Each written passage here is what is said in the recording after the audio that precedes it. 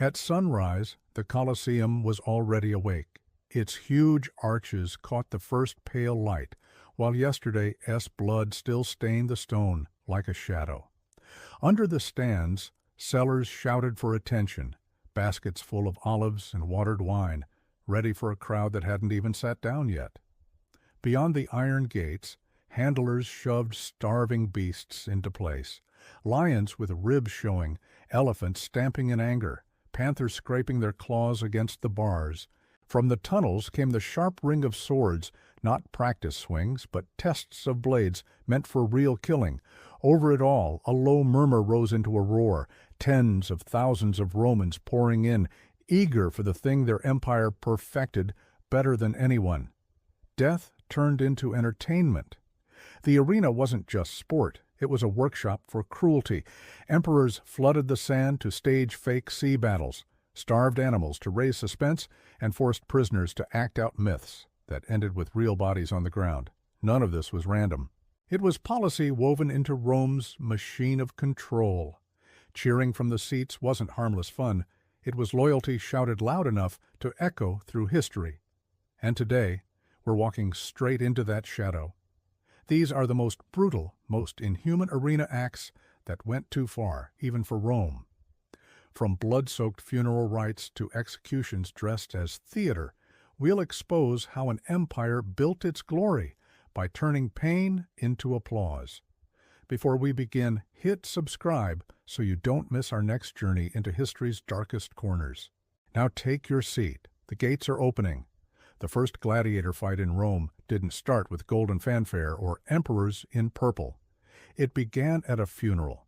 In 264 BC, the sons of Decimus, Junius, Brutus, Sceva chose not to honor their father with statues or prayers, but with blood. They armed 3 pairs of slaves and made them fight to the death in the Forum Boarium, a cattle market thick with smoke and dung. This wasn't entertainment, it was duty, a munus, an obligation to the dead with roots older than Rome.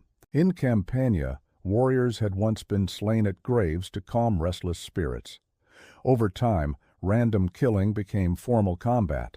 The dead no longer took victims by chance. Chosen men battled instead.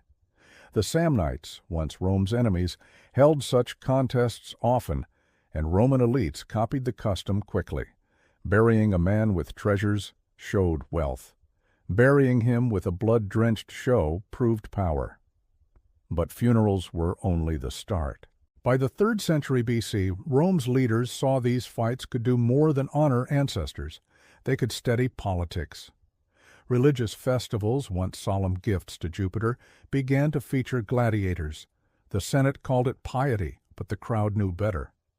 The state used violence to keep people loyal. Even the armor told stories. Early fighters wore the gear of conquered foes. The Samnite with his heavy shield, the Thracian with a curved blade, the Gaul with a broad sword. Watching them bleed was watching Rome's victories replayed cut after cut. As the blood flowed, the venues grew. Temporary wooden stands became permanent amphitheaters, temples to violence where thousands gathered. The games no longer belonged to grieving families. They belonged to the state. Every drop of blood whispered the same message. Rome ruled men, armies, and even death. No one then could guess how far it would go. What began as ritual sacrifice turned into theater, and duty became obsession. Rome discovered a new weapon, power over not just the living, but the meaning of dying. Once released, it never closed that door. The crowd's roar wasn't only for men. Sometimes it thundered for beasts dragged from the far edges of the known world. Lions from North Africa, leopards from the Caucasus, crocodiles from the Nile, even giraffes hauled across deserts. They weren't shown as wonders of nature. They were condemned as prey in a carnival of killing. Romans called these shows venations, hunts. They weren't about survival, but domination, proof the empire could trap the wild and destroy it for pleasure. Julius Caesar set the tone in 46 BC by displaying a giraffe, the first seen in Europe. They called it a camelopard, half camel, half leopard, because Rome had no name for it. Names didn't matter. The animal wasn't admired. It was thrown onto the sand to be torn apart. The message was clear. If Rome could seize the strangest creatures alive, it could conquer anything. The slaughter only grew. When the Colosseum opened in AD 80, Emperor Titus supposedly oversaw the deaths of more than 9,000 animals in one festival. Archaeologists have found bones marked by deliberate starvation, proof that lions and bears were weakened first to guarantee quick, bloody kills. Even elephants, once the terror of Roman legions under Hannibal, were herded into the arena and butchered for cheers. Behind the scenes, logistics became part of the show. Exotic animals had to be trapped, dragged across deserts, and kept alive just long enough to die on cue. Caravans hauled cages through burning sands, fleets floated them down the Nile, and handlers risked their lives to deliver living trophies to a city that wanted fresh blood with every sunrise. Seeing a panther in the wild was dangerous enough. Watching one explode from a cage before 50,000 screaming people, that was power made visible. Every creature was a living souvenir of conquest, proof the empire's reach had no limits. Some emperors turned the hunts into their personal stage. Commodus, Rome's flashiest showman, marched into the arena dressed as Hercules, slaughtering hundreds of animals himself. He wanted to look like a god among beasts, but the truth was obvious. A fragile ego with a bow. The hunts were often rigged, animals chained, maimed, or half-starved, so the emperor could bask in guaranteed victory. And the people? They cheered, not from respect, but because when the emperor performs, silence can be deadly. Behind the noise, a quieter disaster unfolded. Writers like Pliny the Elder warned that rare species vanished from their homelands after decades of Roman killing. Lions, leopards, even elephants were pushed toward extinction to feed the empire's appetite for spectacle. The Colosseum wasn't just a theater of death. It was an ecological wrecking ball. But for Rome, extinction didn't matter. What mattered was the illusion that nature itself could be captured, starved, and destroyed for fun. Every carcass on the sand was another brick in the wall of imperial control. When you picture a gladiator, you might imagine two evenly matched warriors in noble combat. The truth was far more warped. Rome thrived on imbalance, on contests engineered for cruelty. They built strange weapons, imposed absurd rules, and staged fights no one could truly win. Some victims weren't fighters at all. Prisoners and condemned criminals were pushed into the arena dressed like clowns, given wooden swords, and sent to die against trained killers. The crowd jeered as the doomed stumbled and fell, public execution disguised as sport. Even the weapons became characters. The retiarius fought with a fisherman's net and trident, facing the secutor, whose smooth, rounded helmet was made to slip past the net. It wasn't pure skill, it was suspense, a living puzzle of whether the net would catch or the sword would strike. Romans devoured that tension, even when the match was as scripted as a stage play. The numbers grew more obscene. Sometimes one gladiator faced several foes. Other days, whole groups clashed like tiny armies, turning the arena floor into a swamp of blood, broken shields, and mangled bodies. And when novelty faded, Rome pushed further. Female gladiators, gladiatresses. Others were so heavy that lifting your head became its own struggle. Armor wasn't always protection, sometimes it was punishment. Then came the propaganda plays, gladiators dressed up as barbarians, forced to copy Rome's defeated enemies. Their certain defeat reminded everyone the empire always won. Every mismatch, every exotic twist, every gender-bending stunt was planned to keep the crowd shocked, obedient, and hungry for more. The Colosseum never settled for repeats. It invented new cruelties, always chasing the next thrill. By midday, after the morning jewels of blood had soaked the sand, and the crowd began to fidget, the arena changed tempo. Fighting gave way to theater, with death at the center. Romans called it damnatio ad bestias, condemnation to the beasts. For the doomed, it wasn't a trial, it was a script they were forced to perform. Criminals, deserters, rebellious slaves, prisoners of war, each became unwilling actors in an execution disguised as myth. Punishments matched crimes. Thieves torn by wolves, arsonists burned alive, traitors thrown to lions. Every scene was a moral lesson written in real blood, and the scale could defy belief. During Emperor Trajan's victory celebrations after Dacia, thousands of captives were slaughtered across 103 relentless days. It wasn't random. It was organized and paced like acts in a grim play, each death crafted to hold the audience until the next horror arrived. Animals were the stars of this nightmare. Lions were starved to frenzy before release. Bears, chained in pits, were goaded into sudden rage. Even prized leopards were unleashed upon trembling victims. The uncertainty, would the beast strike fast or toy with its prey, kept the stands howling. Sometimes the cruelty wore the mask of legend. Prisoners were forced to play doomed heroes, Orpheus torn apart by beasts, Prometheus chained as birds circled above. These were no longer stories. They were blood-soaked performances on a floor of sand. Death in Rome wasn't always just death. Sometimes it was theater, bloody, mocking theater. For the condemned, it wasn't enough to die.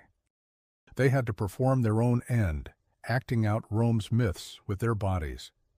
Executions became grotesque plays where flesh replaced masks, and the script always ended in agony. The cruelty stretched far beyond wild beasts. Crucifixion, borrowed from the East, took place inside the arena. Men and women were nailed to timber while vendors sold wine, and children played nearby. Fire joined the spectacle.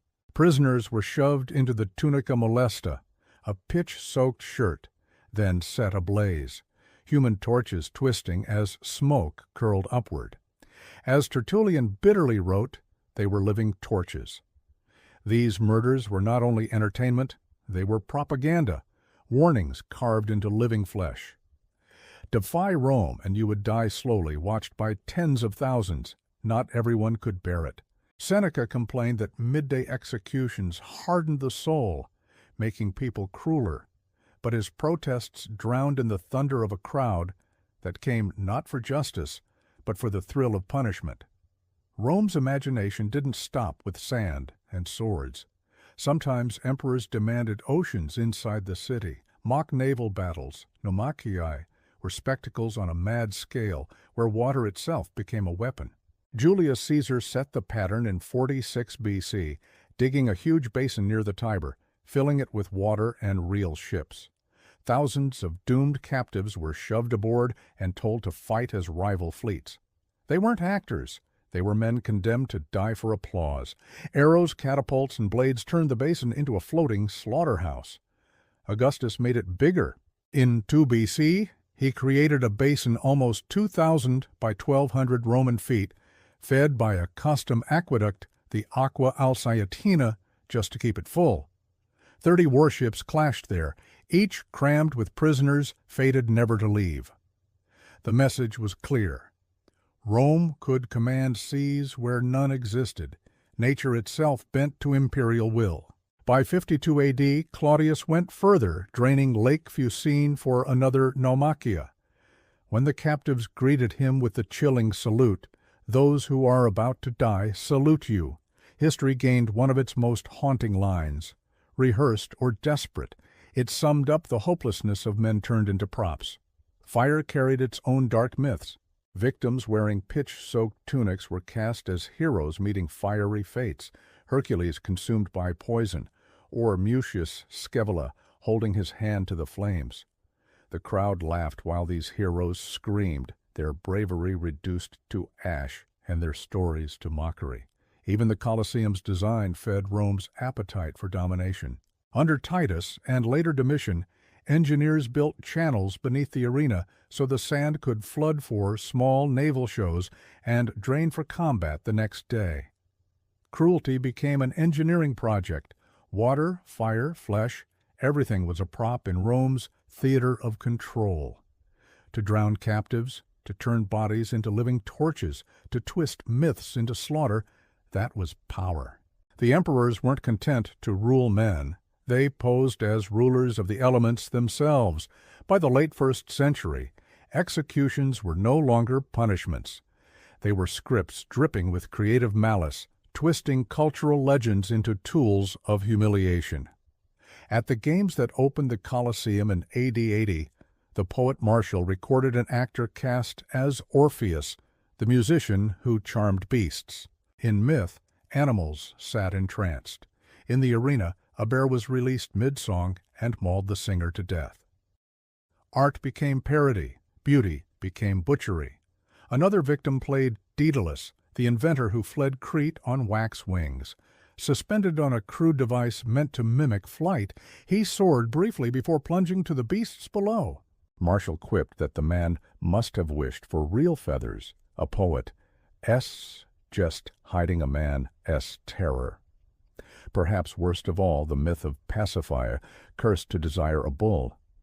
One show staged her infamous union with a mechanical beast, followed by a killing that blended execution, humiliation, and pornography. A warning about pride became public degradation. The message was clear. Rome owned its myths as it owned its people. Heroes, villains, kings, queens, none were safe from being rewritten as props in a pageant of death. For spectators, these scenes were sideshows between serious contests. For the condemned, they were agonizing ends dressed in costumes. For Rome, they were propaganda made flesh, proving the state could even rewrite the meaning of its own legends. In the Colosseum, stories weren't told with ink or marble. They were burned into skin, carved into bone, and applauded until silence swallowed the sand. The line between rule and obsession blurred until an emperor's whim decided who lived, who died, and how. Caligula, infamous for savage moods, once ran out of animals mid-show and casually ordered spectators dragged from the seats to fill the gap. They came to watch bloodshed and became part of it. Nero, addicted to his own image, treated the arena as a personal stage. Prisoners were dressed as tragic heroes and executed in ways that matched their roles. Nero called it art. Rome whispered madness. Then came Commodus, the ultimate showman emperor. Dressed as Hercules, he stormed onto the sand with club and bow, slaughtering hundreds of animals, crippled beforehand to guarantee applause. He even billed the treasury for his performances, draining the state while forcing cheers from a frightened crowd. Not satisfied, he fought gladiators too, but only with every advantage rigged. Losing was impossible. Clapping was required. Domitian used the arena like a weapon of fear, staging midnight hunts by torchlight to keep Rome uneasy. Never sure when amusement might turn to terror, even good emperors weren't immune. Trajan, praised as just and capable, marked victory with 103 days of games. Thousands of deaths folded into a celebration of power. Spectacle fed egos, but it carried a price. Caligula and Commodus both died violently, remembered not for governing, but for theater written in blood. The arena that lifted them also exposed their madness. Not every Roman cheered. Philosophers, poets, and early Christians left a quieter record that saw rot beneath the marble. Seneca admitted that midday executions hardened him, stripping away empathy instead of purifying the soul. Violence, he warned, seeped beyond the arena, poisoning daily life. Cicero, decades earlier, praised courage, yet condemned cruelty for cruelty's sake, though even he admitted the crowd demanded games as proof of generosity. To govern meant feeding the beast. For Christians, the amphitheater was both persecution and proof. Those who refused to renounce their faith were thrown to lions or burned alive, their deaths twisted into mass amusement.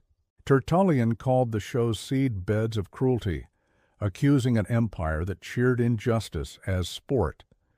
Economically, the games devoured fortunes. By the late Empire, rulers bankrupted themselves chasing spectacles big enough to outshine predecessors. What once flaunted strength became desperation. Culturally, the appetite dulled Rome's edge.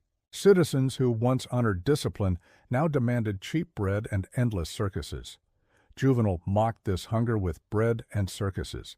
To him, the craving for spectacle showed how far Rome had drifted from its republican roots. As borders cracked and money ran dry, the arenas crumbled. By the 5th century, the Colosseum, still colossal, stood hollow, its sand silent, its roars gone, but the moral questions never faded. Could a society that trained its people to revel in suffering truly last? History's verdict suggests no. Today, the Colosseum looms, scarred but proud. Walk its tunnels and you may still hear echoes, iron clashing, beasts roaring, 50,000 voices rising as one. The stone is easy to admire. Harder and more honest is remembering its purpose. Cruelty rehearsed until it felt normal. Rome's arenas weren't only about blood, they were about control, shaping how citizens thought, laughed, and obeyed. Every hunt, every execution, every myth reborn in screams served the same end, to make power look eternal. And that is the warning carved into the ruins. A civilization that glorifies violence eventually collapses beneath its own applause. So tell us, which spectacle, the hunts, the living torches, or emperors drunk on their own shows, best reveals Rome's darkest soul? Share your thoughts below. And if this dive into Rome's brutal entertainments gripped you, hit subscribe so you don't miss our next journey into history's shadows. Until then, remember, the Colosseum may be quiet now, but its echoes of cruelty still breathe through the stones.